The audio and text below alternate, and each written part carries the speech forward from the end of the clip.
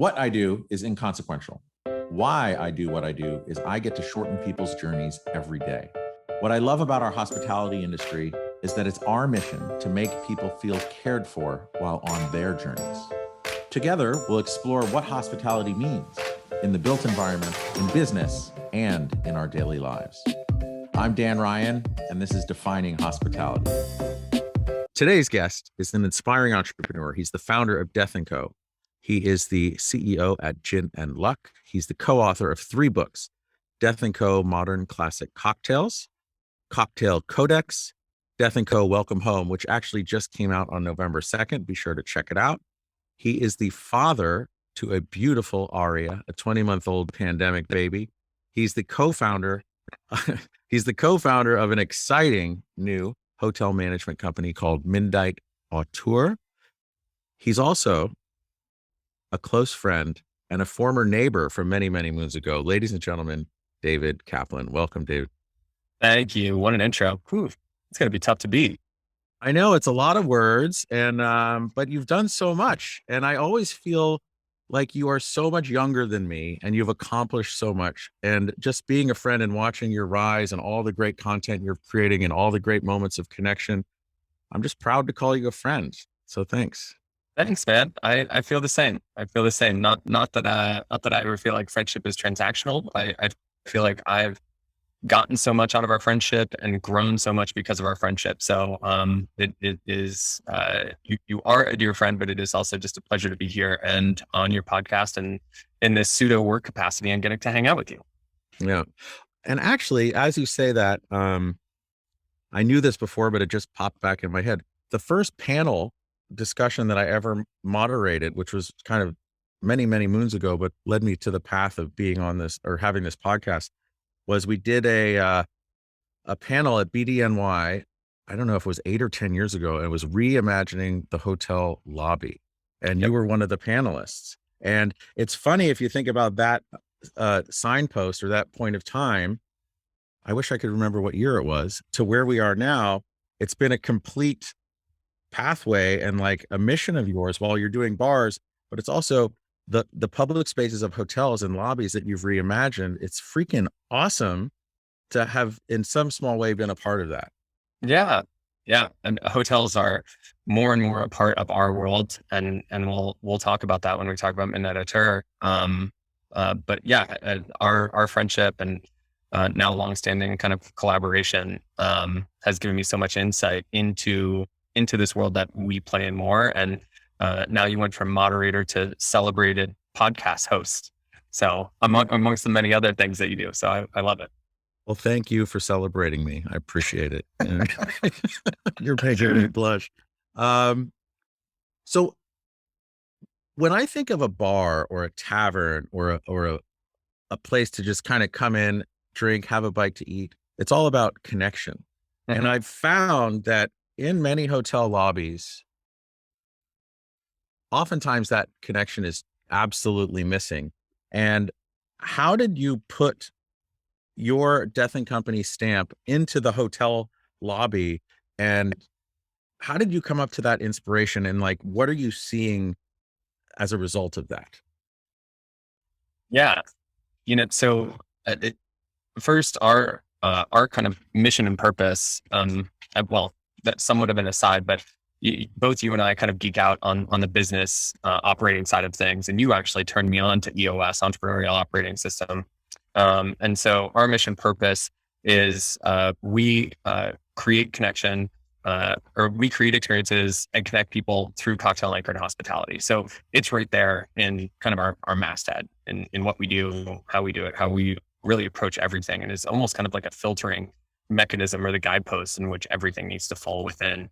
And so when we were lucky enough to be on the receiving end of just this very, very short, I actually went back and found it, this very short email from Ryan Diggins, who's the developer, owner, and operator of the Ramble Hotel. And if you're watching this instead of listening to this, my green screen is showing a part of the Ramble Hotel lobby, beautiful 50-room hotel where Death & Co. Denver takes up about 12,000 square feet of all the public space. So I went back and found the email. It was literally two sentences. He was like, would you be interested in an opportunity in Denver? And I try to, answer every email and take every call. I'm just interested to see what's out there.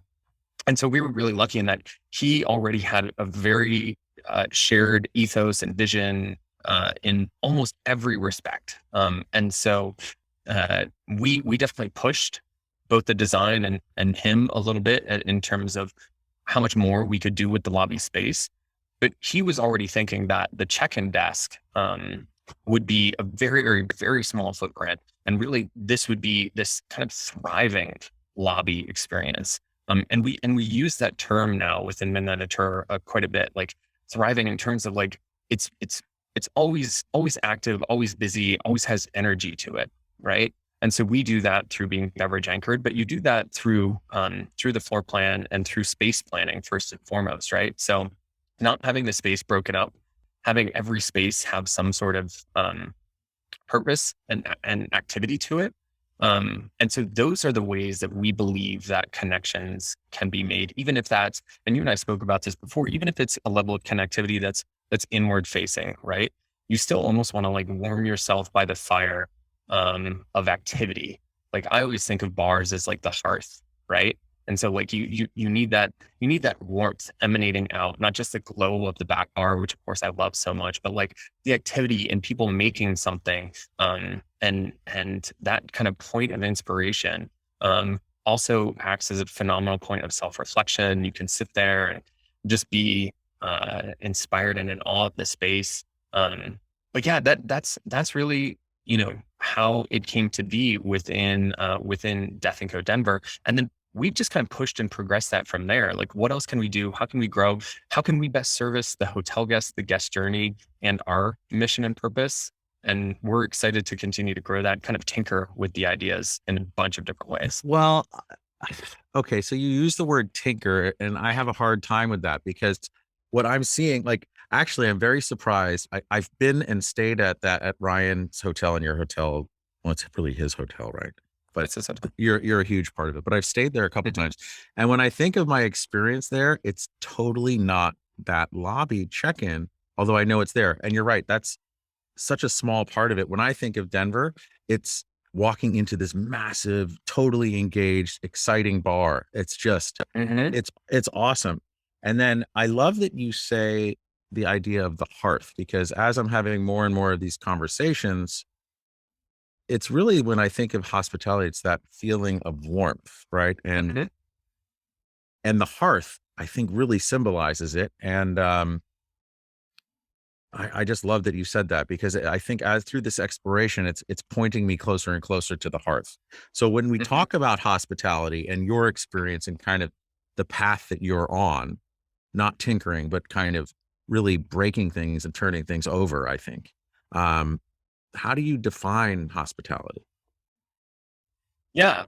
Well, before I jump into that, I love that you kind of take umbrance with tinkering. For me, like tinkering is really like Walt Disney had one of my favorite quotes, and it's very long, and so I sort of paraphrase it. But essentially, he said he really fell in love with the parks, Walt Disneyland. I would argue even more than his movies. Because he could constantly, and he called it plussing, but he could constantly grow and refine or evolve that experience. And you get to work on it every day and over the course of years. And for something like Disneyland, for instance, they have these big, beautiful trees and landscaping, and those are just going to get better with years at time, right?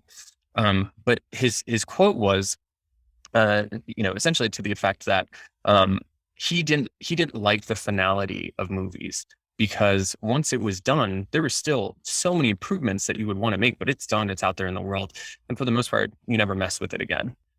With some exceptions from Spielberg and George Lucas going back and messing with their movies. But with the parks and with what we get to do within hospitality, we can constantly evolve and improve it, right? So that's what I mean by tinkering, like really constantly making it better and finding ways to improve it, which I think is just so much fun. And then how do I define hospitality? We already touched on it a little bit, but I think hospitality for me and for our company is defined by creating moments of human connectivity, moments and stages for that human connectivity. And again, that can be, it doesn't need to be person to person. for us, it really starts with our teams, our staff, our investors, forming a community and connectivity within those folks, within our worlds, and then extends out to our guests, fans, followers. And it doesn't always have to be people in the room. They can be, fans or followers on Instagram, et cetera. Like, those are moments of hospitality. Those are our spheres of hospitality. And then cascading that connectivity out into the community, and how do we become great community members, right? And how do we help to drive that forward? Sorry, go on. Well, actually, I want to stop on that one, because you said fans, followers, and community. There are very few bars that are out there, just from my experience, and I have a great experience in frequenting bars. That might be my Irish background and last name. Not to make every Irish person a bar hound, but just embrace it every once in a while. You've developed such a legion of fans and followers and created this community, not just through the bars, but also through the publications and a language. And, you were definitely on that resurging forward edge of the wave of this mixology and like handcrafted cocktails. I know that you'll say you weren't the first, but from my opinion, you were definitely on that coming in wave. And one of the things that I find so incredible is that when you think of, as you said, the investors you mentioned, you did a round of fundraising to grow Death and Company, but not through like the standard way to raise money through accredited investors and all this. You basically opened it up to your raving fans and your communities and your followers, and really raised some money, and it allowed you to do some cool expansion. And I'd love to hear more about that and what your thinking behind that was. And then also see, like, where's that going? How does that tie into Midnight Auteur? Because I think that's a really exciting story. Yeah, absolutely. So crowdfunding is still pretty recent. It's still pretty new in the States. It's a bit around a little bit longer over in Europe. And so it really wasn't on my radar so much in the beginning. We were talking to a couple of massive family offices, all of them with big capital B's, but behind them, and which is to say, billions, probably obvious, billies. After finding my way into these really incredible rooms that just surrounded by just the wealthiest of wealth, I realized, I was like, who really are we to these people? Like, why is this of interest? Like, it's flattering and it's amazing and it's humbling that we're in these rooms and that they know the brand and that they're interested and that they believe in some future here. And I did feel like I wanted that. I've always kind of felt like the little guy, like the little engine that could. And so it was really amazing to kind of get that, for me, that kind of seal of approval. And around the same time, someone approached us from SeedInvest, which is a crowdfunding platform that we raised on in 2018, and we're on again right now. We're currently live in a fundraise right now. And I went in with probably similar ideas and trepidation that a lot of people would have, and I quickly fell in love with it.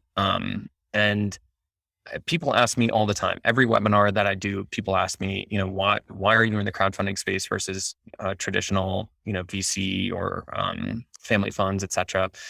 We're definitely big enough that we can kind of attract not whoever we want, but we attract a lot of really interesting and compelling conversations. The reason I love the crowdfunding space is, what we just said. Well, there's a couple bullets to hit here, but our fans, followers, our guests, the reason why we're alive and kicking today, the reason why we're, again, to use the word thriving, it's not an easy industry, as we all know. Everyone who listens to this podcast knows. We're 15 years in, and each of our doors does better than the year before. We're constantly growing, both our NOI and our rev. By all measures, it's a great business. The only reason is because of the guests that come through the door, and because of the people that buy our books, because of the people that follow us on Instagram. So to be able to open this up and to offer our fans, followers, and guests real equity in the company, they've helped us get this far. So why not allow them to help us grow and actually be able to grow the company with them? And then if all goes as planned and all continues to, be able to deliver them a great return on their investment while having them participate in this thing. So that's my biggest reason. That's why I love and champion this. It is just so cool. And both accredited and non-accredited investors can invest. And so our largest investor invested over $1 million in the company. Our smallest investors invest $1,000, and everyone in between. People invest $2,500, $5,000, $20,000, whatever it is. Some other reasons why I love this space is because we've been open book for a while now. I read The Great Game of Business, got really inspired, said, we're going to share everything with our company. We also run an EOS, as we just touched on. And so we try to be very transparent internally. And crowdfunding, you have to be transparent externally, which is absolutely terrifying, but really exciting. So why not put your intentions out there? And so it is in line with the way that we believe a business should be run. And then as part of that, our intentions are put out there in addition to like the economics and how we run our business, our intentions in terms of where we want to go, how we want to grow, what we want to do, what we're doing now, they're all out there. So we get some really exciting conversations and opportunities because people are just aware of it and it's publicized. So we were in the New York Times, we're in Forbes, we're in Wall Street Journal, we're in, all of these different publications. And then people call us up and say, hey, I read about you in this and this. I'm a developer here. I own some buildings here. And so it can be kind of a catalyst or a springboard for additional growth. So those are kind of my three reasons, three kind of like what really excites me about this space. So I think in just talking to you, what excites me so much about what you're doing is before the pandemic, if I talk to any general manager about, hey, what would make your hotel, not any, but most general managers of a hotel, hey, what would make your hotel really, really profitable? They would say, get rid of all the F&B, right? Because it could be such a drain.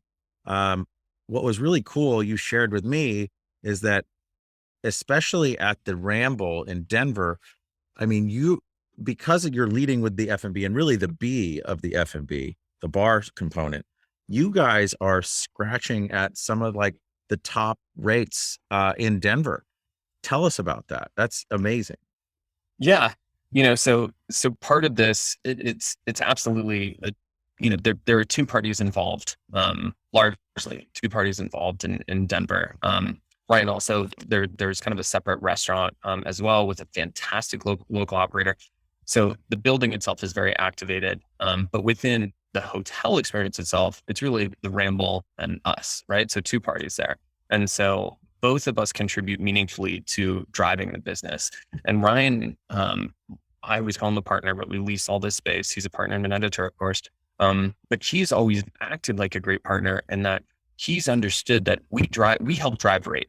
So he can optimize based upon the attraction mechanism or the guest attraction mechanism that we are. This lobby as being a beacon to the hotel. And in addition to that, we have our lease deal. And then there's a percentage rent deal over our, fixed kind of basement rent cost. And then there's a rev share on events. So the better we do, obviously, the better he does, in addition to a driving rate. So Ryan has gone in and he kind of looks to optimize rate and ADR on a very regular basis. So he's been very creative in that. And then we understand that everything we do benefits him and everything he does benefits us as well. So it's a really mutually, reciprocal and beneficial relationship. And I think, most hotel operators, and this is one of the reasons why we started Midnight Auteur, most hotel operators don't love F&B operations. It's a different business, it really is. Even though they're, I think, very complementary, it's a different business. And so us having the F&B acumen with the strong B there, and then Ryan having this acumen with running small to medium hotels, we feel like we can be this unique differentiator in the marketplace and know that we can find great margin within F&B. And he also understands, Ryan's background is in real estate development. So he understands that if you optimize an entire building, right, the more rev you can create from the building, the higher sale price that the building can fetch. when you look down the line to sell it. So from a real estate side, from an owner operator side, from the hotel management side, he understands kind of the 3D chess of how this all works together, or can and should. And so the folks that say, get rid of F&B, it's just obviously what they're not passionate about, I love the idea of the 3D chess because, first of all, I love Star Trek, and I had a Star Trek 3D chess set when I was a kid. But if you think about the top level of the 3-level board on chess, that top level, as far as how you're speaking about it, it's really, you've managed to break away from cost plus to really find the value and like charge people based on how much they value the experience. And that's a super difficult thing to do. What do you think is driving the success in that? And also, as it pertains to the small to medium sized properties, that 50 to 110 room property, which are often overlooked, because I think totally overlooked. Now is the time for independent hotels. And I think that it's really exciting if you can tap into that value driver and deliver that. Like, I'm just really curious about how you found that. Yeah. I think the truth is we find all of this stuff through, being very self-reflected. I was going to say self-motivated and almost selfish, but self-reflective, is probably the nicest way to put it. I think that everything that, let me step back. The best hospitality feels really authentic because it is, right? And so when we went and when we created Death & Co., it was very much like I set out to cast myself in the like selfish starring role of the customer at Death & Co. What did I want? Right. And Death & Co. absolutely was not created by me and me alone. And anyone who says that, I think is, crazy. These things are the manifestation and realization of so many brilliant creative people, but it should be really honest, and you should be your target demographic to a large degree. And there are some business books out there that say that that's the wrong or dangerous thing.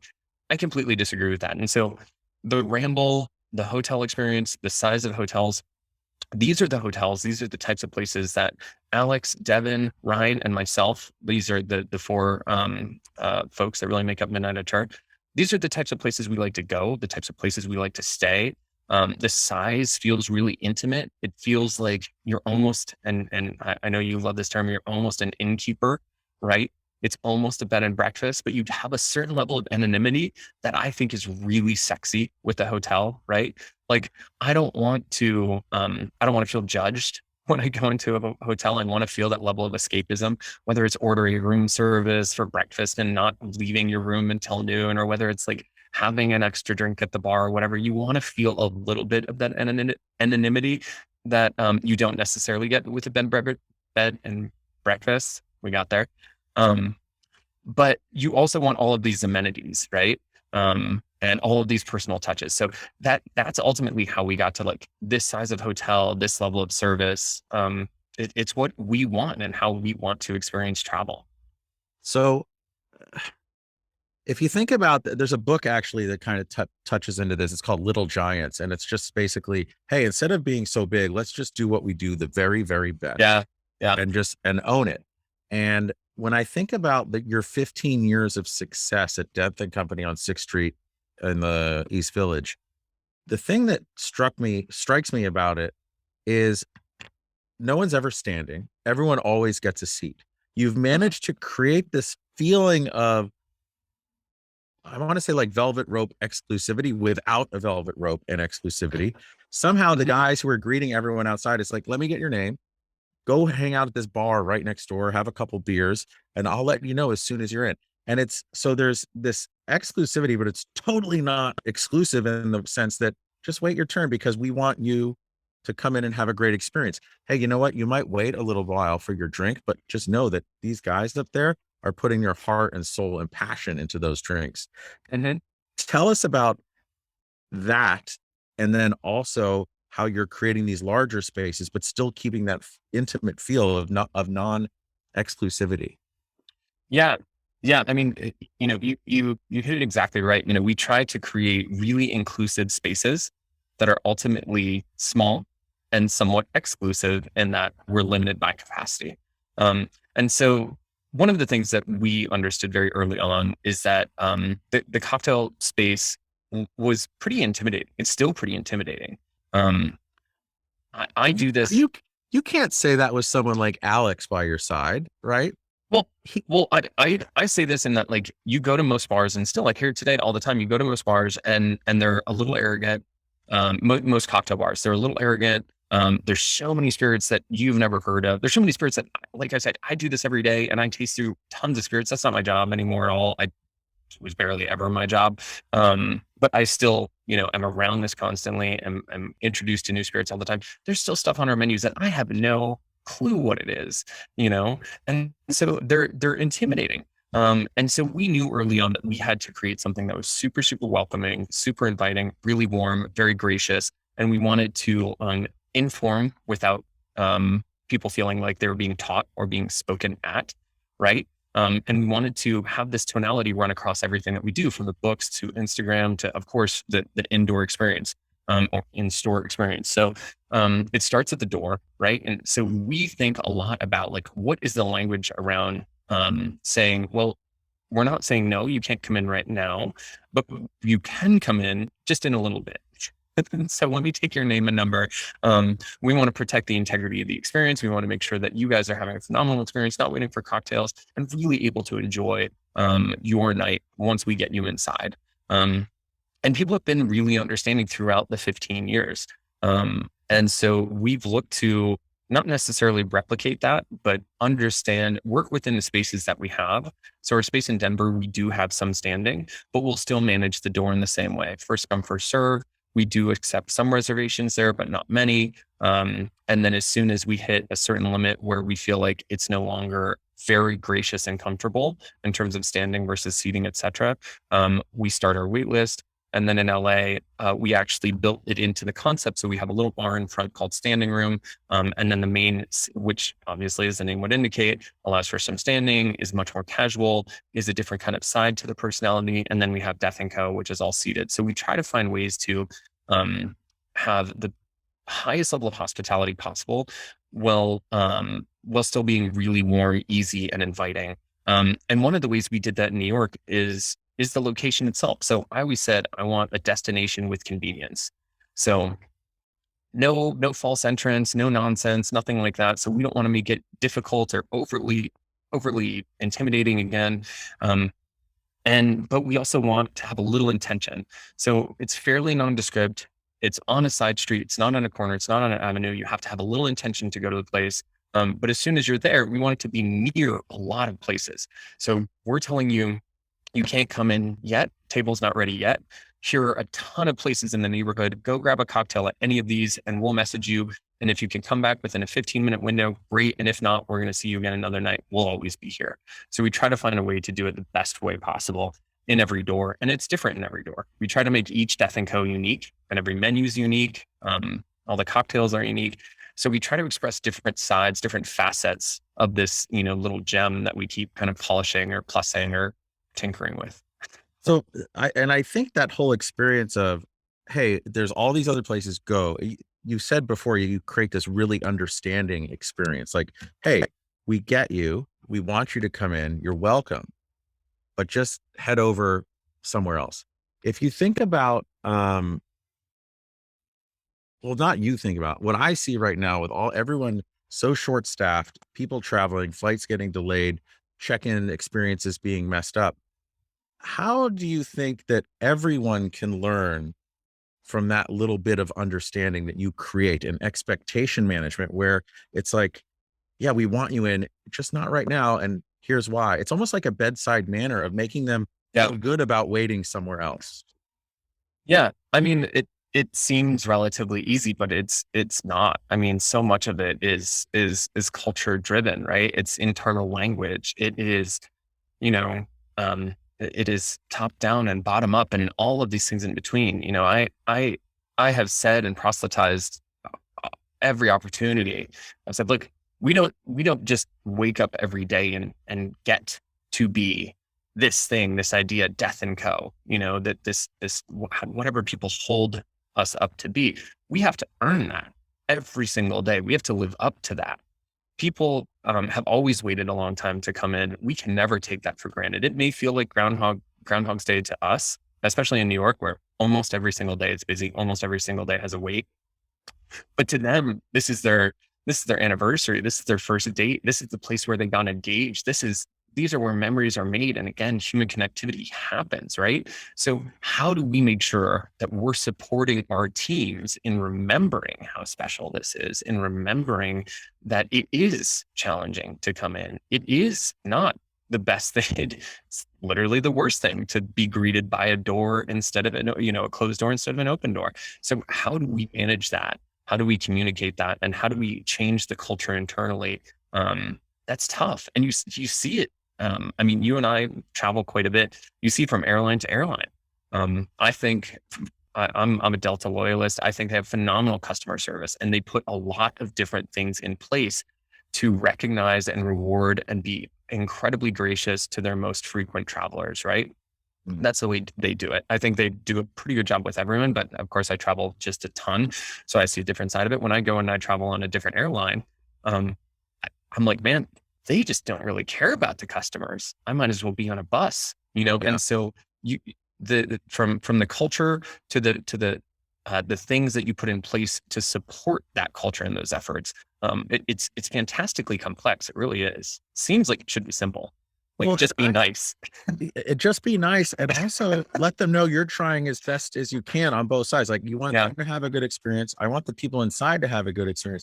And actually, as you brought up the airlines, and it actually, for anyone waiting in line anywhere, whether it's at Death & Co, at an airline, at the DMV, I think the tremendously missed opportunity is when everyone's in line and the agent or the person at the door is helping that one person. Do you know how much better it would make me feel if the people behind the counter just looked up and be like, I see all of you waiting there. I want to give you the same experience from here. Yep. Exactly. Yeah. Yeah. I mean, and again, I hate to hammer it in, but that's connectivity. That is a level of connection, right? Just looking and saying, I see you. I appreciate you guys. I'm just going to finish this conversation. I'll be one moment. I'll be right with you. And just, that allows people to shed that anxiety and to kind of calm and level set, right? Like, we're naturally very anxious, creatures, I think. I know I am. And so the more we can do to kind of address that, for instance, in a webinar, I just finished a little webinar. We like a webinar or seminar. We like to lay the groundwork, right? Cool. I'm so-and-so. I'm going to be talking to you about such and such. We're going to go about 45 minutes. We're going to leave 15 minutes for Q&A. We're going to make sure we get to everything. Okay, now I'm at ease. Now I can listen, And the same thing is true in these moments of hospitality where it's like, I see you. Even just looking up and engaging in a quick smile, that's a level of connection. And then finishing your task and then resetting and getting to them. Yeah, it just seems so simple and it's lost in so many different ways. I want to go back to that idea of little giants and just being small, embracing that size, and just delivering the hell out of everything that you're doing for your team and for your customers. If you were to take take Death & Co in New York City, for instance, if you were to look at the square footage and seating capacity of that, and you look at the number of drinks or covers, I don't even know how you do it in the bar, and look at how many you do in a night versus another bar that you just cram them in and you're just turning them and turning them and turning them. In a way, that must be very stressful for you as an owner, because in a way you're not maximizing the revenue, but you're delivering profits and experience in other ways. So how do you deal with that stress of maybe underperforming, but dealing the best that you can, or maybe you're just this is exactly what we want to do. How do you balance that? Yeah, it's a great question. That's kind of the fun of the game, right? And that is, if you're in this business long enough, you have to fall in love with the business side of it. And so the first 7-8 years of my career, I was just absolutely obsessed about, and I still joke and say, all we do is pour, cold liquid into pretty glasses. That's literally all I was obsessed with in the early days, not even early days, first half of my career. I was just like, how can we have more interesting menus, more dynamic, use crazier products, just push ourselves. And it was much later that I fell in love with kind of the creative challenge of the business. And that's exactly what you're talking about, which is, we all, as operators, we have so many levers and mechanisms, various inputs and ways that we can continue to kind of evolve, change, improve our businesses, right? And it's all supported kind of by the P&L, by data. And we know that we want to maintain the integrity of experience, right? So that's paramount, right? That's over here. But then how can we make sure that we're making our revenue, making our numbers, and making our margin, which comes down to your question. And so if it's not a volume game, which we still want to kind of push volume, so we want to make sure that we're maximizing how many people that we get through in any given night, while maintaining the integrity of that experience. But then we also look to other things like, how can we, all in the effort of hospitality, how can we offer more? And what that may be menu engineering. So how can we create more kind of thoughtfully diverse menus where there's just more interesting stuff to offer? How can we have people add on things to a certain drink, whether that's food or whether that's just, when we expanded a section, or when we expanded to offer, what we just, for lack of a better term, call luxury drinks, we were like, well, our drinks are already relatively expensive, but why not just offer people crazy baller stuff? We have so much fun stuff. And if we make drinks with it and they want to order, why not? And so we're not pushing people to a price point that they're not comfortable with, because we have other things on our menu within other price points. We're not a dive bar. Everything's relatively expensive at Death & Co. But you can order a $35 cocktail, or you can order a $16, $17, or $18 cocktail. Or you can order an even cheaper beer or a cheaper glass of wine.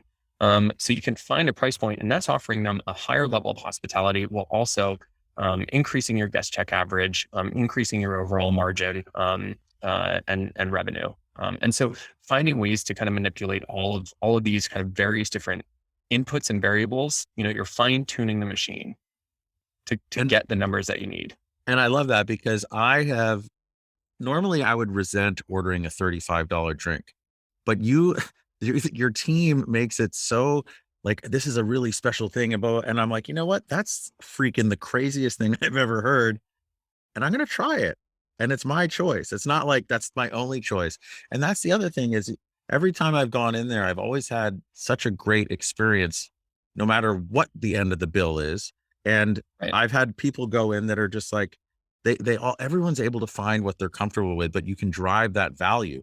You've really tapped into the value. And I think that's just so amazing. Yeah, I mean, again, that's kind of the energy that we now bring to this, or the thing that I love is bringing a ton of really smart and creative people around a table and say, okay, how can we solve for X? Right? We have tons of different ways that we can solve for X. We know that we want to get to whatever it is, an 18% NOI for this business, and we know that we want to drive from $2.2 to $2.4 million next year. How can we do it? Do we need to sell more events? Do we need to expand our offers or our hours of operations? Do we need to expand our offerings? Do we need to raise menu prices slightly? Do we need to cut down on our menu total offerings to like consolidate our inventory? Like, there's so much you can do to solve for whatever your X is in that situation, that it gets to be really fun. It's not just the doldrums of business operations. It's like, cool. Like, there's always a way to do it differently, and almost always a way to do it better, which is exciting. And I think that's what's exciting me about this, where we go next. Cause I was going to say like, hey, what excites you about the future? But I want to temper that by, in this space of 50 to 110 room hotels, which are often overlooked, or even just regular select service hotels, about what you've created with Death & Co. and also what you've done at the Ramble and through all these fundraisers, and the current fundraise that you're doing. What's most exciting about what you can bring through Midnight Auteur into these often overlooked property sizes, to the owners of them, the development groups of them, and the management, or I guess the on-site staff that's there as well to help them? Yeah. I mean, I think the most exciting thing for me in it is it is really taking a holistic approach, and being able to be guided, almost completely by, what is best for the teams, what's best for the property, and what's best for the guests, right? Without almost any limitations. And so, because we participate in the ownership of the building, right, we're trying to drive value there. We're trying to improve the position of the building holistically, right?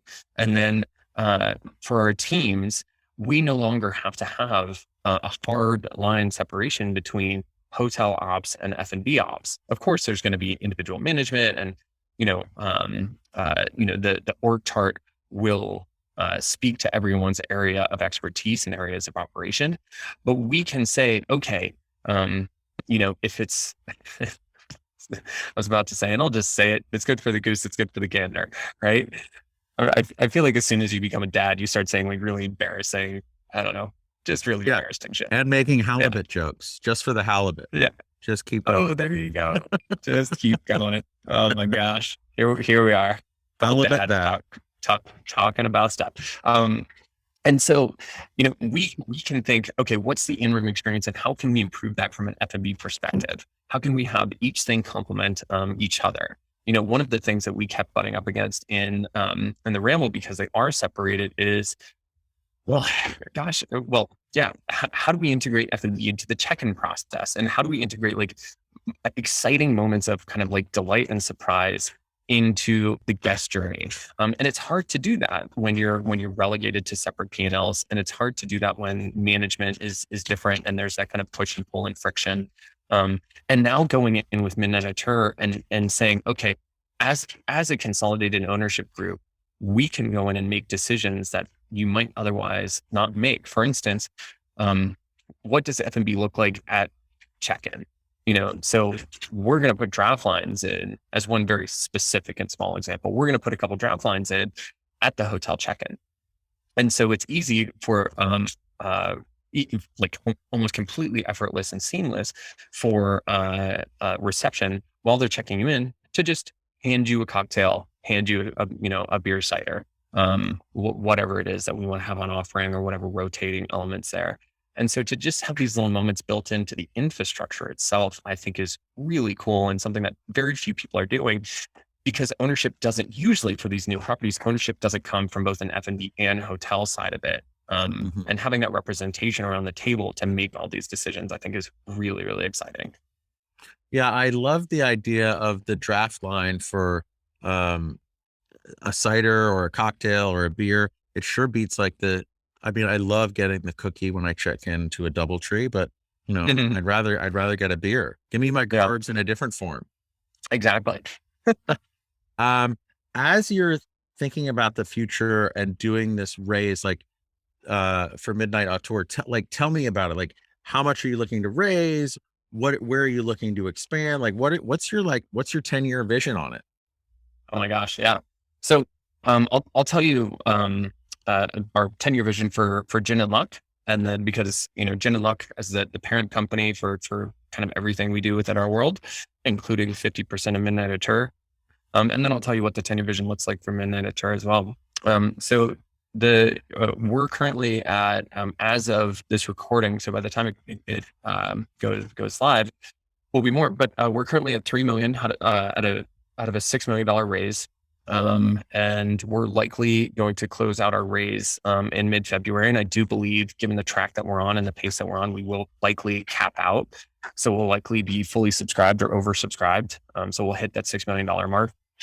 The largest use of funds are going to our own brick and mortars. So traditional lease spaces, reactive and opportunistic deals, largely Death & Co. But then opportunities like one we found in Portland, Maine, where we bought into a second generation restaurant space. So we essentially paid key money, took over the lease, liquor license, et cetera. $250K key money, really well built out. So we'll only have to put a couple $100K into it. So we'll be able to open up a new concept for $600K as opposed to new Death & Co's, which typically cost between 1.25 and 1.5. And then within Midnight Auteur, we're looking to strategically grow a portfolio of hotels, uh, uh, largely in the US. If we find any international deals, great, but those will be reactive or opportunistic. We're staying US operations driven.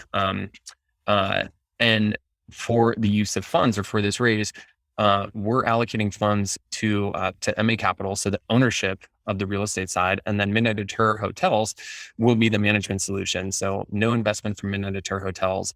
Will continue, whether it's our real estate acquisition, MA Capital's real estate acquisition, or another developer that brings us in. We'll participate through MA Capital in the ownership of that building as well. And the developers we've talked to so far are really excited about this, because it sounds like to us, most other management groups aren't thinking this way. And again, thinking about kind of the 3D chess and saying, well, yeah, we'd like to put our money where our mouth is and actually participate in ownership of the building.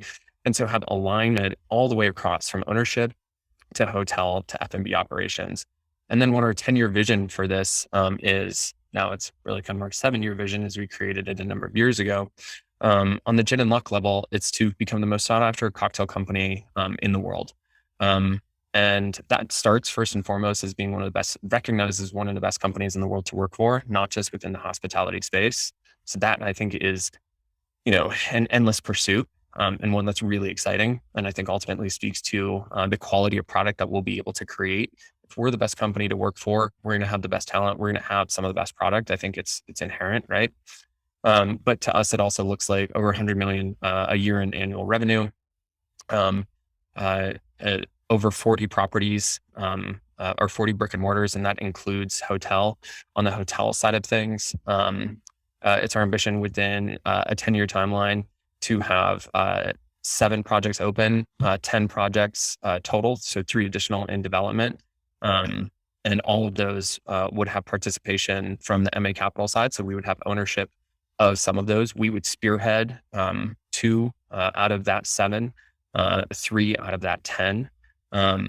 And have a really unique and desirable portfolio of boutique hotels across the US. All of them would be, maybe not obvious, I was going to say obviously, would be independent. The Ramble doesn't carry any flag, and we believe that's ultimately worked to our benefit there, so that we can create our own brand standards instead of subscribing to others. I love that. And then, to hear 7 to 10 properties over 10 years, I just feel like that's completely achievable. And I think if you are even able to scratch the performance that you guys have done at Denver, I wouldn't be surprised if, that's 2 or 5x, whatever that was, Yeah. because, you have a track record, and I don't know, it's really exciting to see. And I love this independent space. And we love the idea of creating legacy properties, right? So, I think the Ramble is, even though it's a ground up new build, it looks like it is part of the fabric of Denver, very intentionally. So Ryan sourced, he kind of went on a mission sourcing brick that looks like old Colorado brick. They don't make this brick in Colorado anymore. He sourced from 3 different brick manufacturers in the US to try to replicate that look. And so the level of detail and the cost that he put into it, or the cost associated with it, are really amazing. And so we want to look to do exactly that in every new building that we do, every new hotel that we open. We want this, and we just keep saying this word, this idea of these kind of legacy properties, these things that are absolute jewels. And they don't have to be in major markets, though we have kind of defined our group as being urban or urban adjacent. So it doesn't have to be, like, for instance, right in the heart of Denver. It can be 10 minutes outside of the heart of Denver. We believe that we can create destinations, but we want them similar to Death & Co. New York 15 years ago, destinations with convenience. So not looking at like the Auberge model with some of their new properties where it's like a standalone resort where you're really going for that resort experience. We do want some complement with the local markets that we're in, because we want to, again, have these kind of thriving F&B models, and those have to be made up from more than just hotel guests. And I think from a hotel guest perspective, that makes it all the more dynamic, because you feel like you're tapping into something, right? So like, I'm staying at the Ramble, it feels like I'm staying in Denver. and participating in Denver, not just like in this little snow globe looking out. Did you ever, this off topic, did you ever see the movie Things to Do in Denver When You're Dead? No. Oh my God. It's like one of the best movies from the mid 90s. And I remember you were probably just being born right around then. I was born in the mid 90s. I'm not that much younger than you. I'm 82. I know, I'm just kidding. But I think it's 30-year anniversary. It's Andy Garcia was in it, a couple of like great cast. It's 2025 will be its 30th anniversary. I think you should have a 30th anniversary reunion with Andy Garcia and cast from Things to Do in Denver When You're Dead. I think you should watch the movie first. I will. It's freaking awesome. I will watch the movie first, and then we'll think about the 30th anniversary party. And plus, I think in your next book, you got to come up with a new drink from that movie. They had this thing where they were in prison, and then they would always hold each other's hands up like this to each other, and they'd say boat drinks, because that's how you'd have to like touch each other through the prison glass, and that was like their dream, to get to the point where they could have boat drinks. So I think that I see a boat drink in the future Death and Company menu after you see it and have the 30th anniversary party. I'll let you know how it goes. I'll give credit where credit's due if we manifest this into reality. Awesome. And then you mentioned The Little Engine That Could before, which actually is, I think, maybe one of my most favorite books. One of the things I love, it was always this belief that, I think I can, I think I can, I think I can. And then it changes to, I know I can, I know I can, I know I can. When did you first realize that you could go from you think you can to you can? That's a good question. I mean, we probably don't have time to get into it today, but if any listeners are compelled to pick up the first book and read the intro, you'll learn about kind of our early struggles in Death and Co. New York, and that we were kind of hit by the community board, and then by the state liquor authority, and really kind of felt like it was without rhyme or reason. And it certainly felt beyond my understanding and comprehension, but we were really fighting to survive for quite a while there. It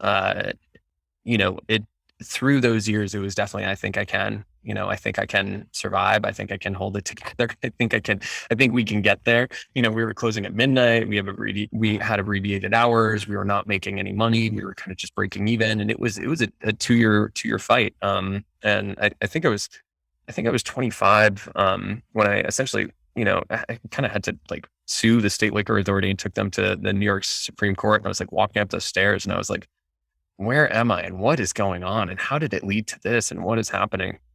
But at the same time, we were, and it just kind of all magically went away after a couple of filings of reconsideration and me changing our liquor attorneys a couple different times.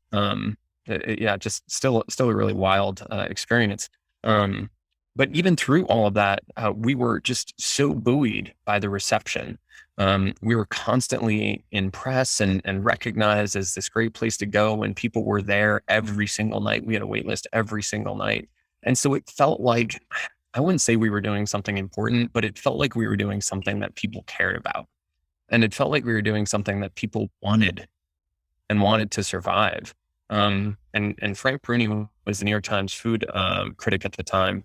And bars are not reviewed, but he wrote in his blog, I forget what the title was, or it's escaping me at the moment, but he wrote kind of like a love letter to Death and Co., to us, essentially saying like your future is in peril, and I hope you survived because what you're doing is wonderful and needed.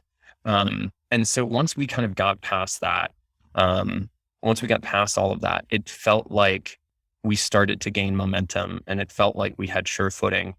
But I would even say we kept that chip on our shoulder in a good way for years. And I think that self-doubt and that desire to almost prove oneself is really been one of the great entrepreneurial manifestations or drivers within my life.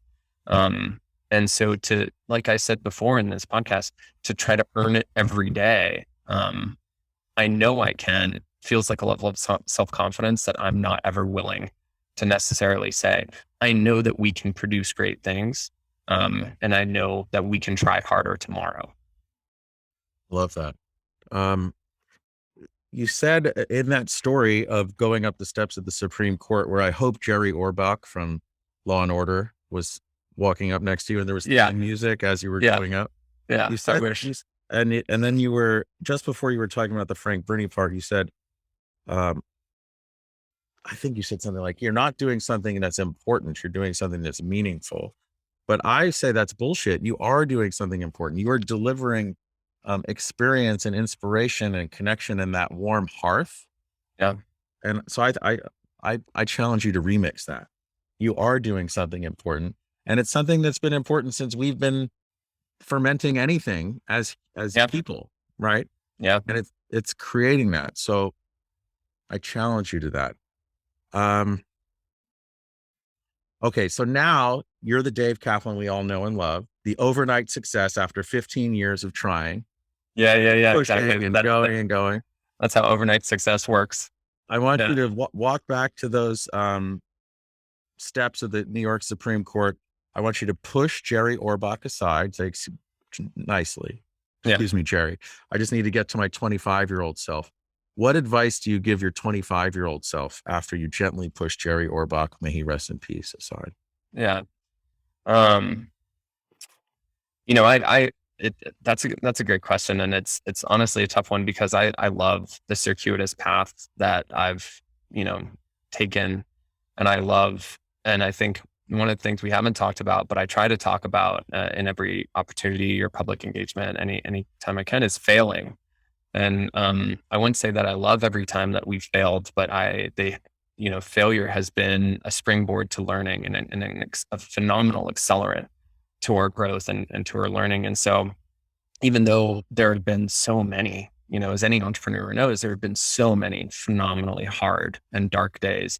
I wouldn't trade any of them, and it would be tough to try to reroute around them or give any advice or suggestions that might otherwise do so.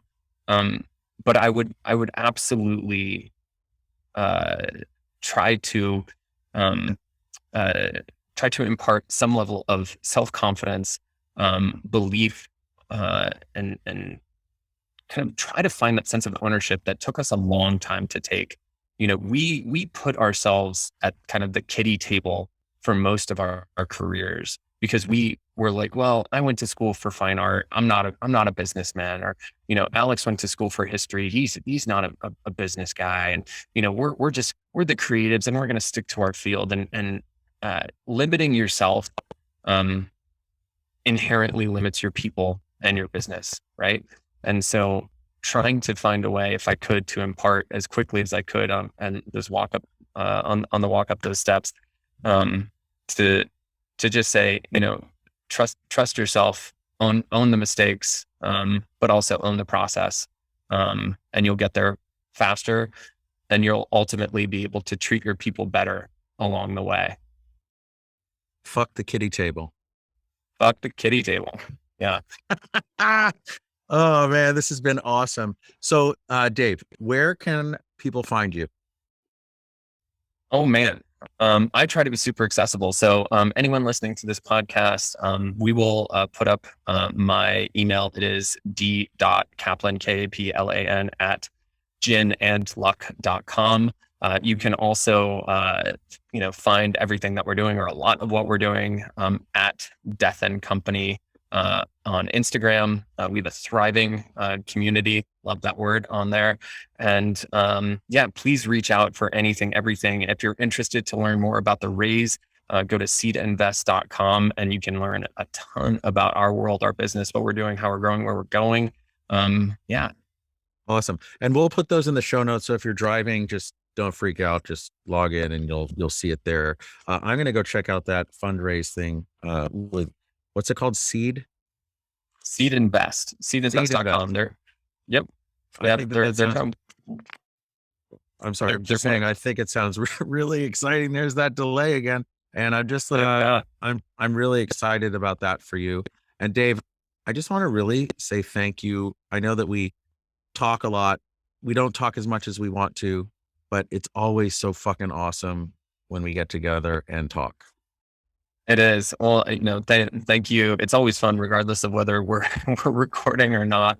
It really is a pleasure, and I love what you have done with this podcast. It is so cool, and I am excited, honored, and privileged to be on it and a part of it. So thank you, Dan. Oh, you're so welcome. And also thank you to all of our listeners. Thank you, thank you, thank you. And again, if this has changed your idea of delivering hospitality and warming the hearth and pouring drinks, please pass it on to a friend. I appreciate it. Thank you.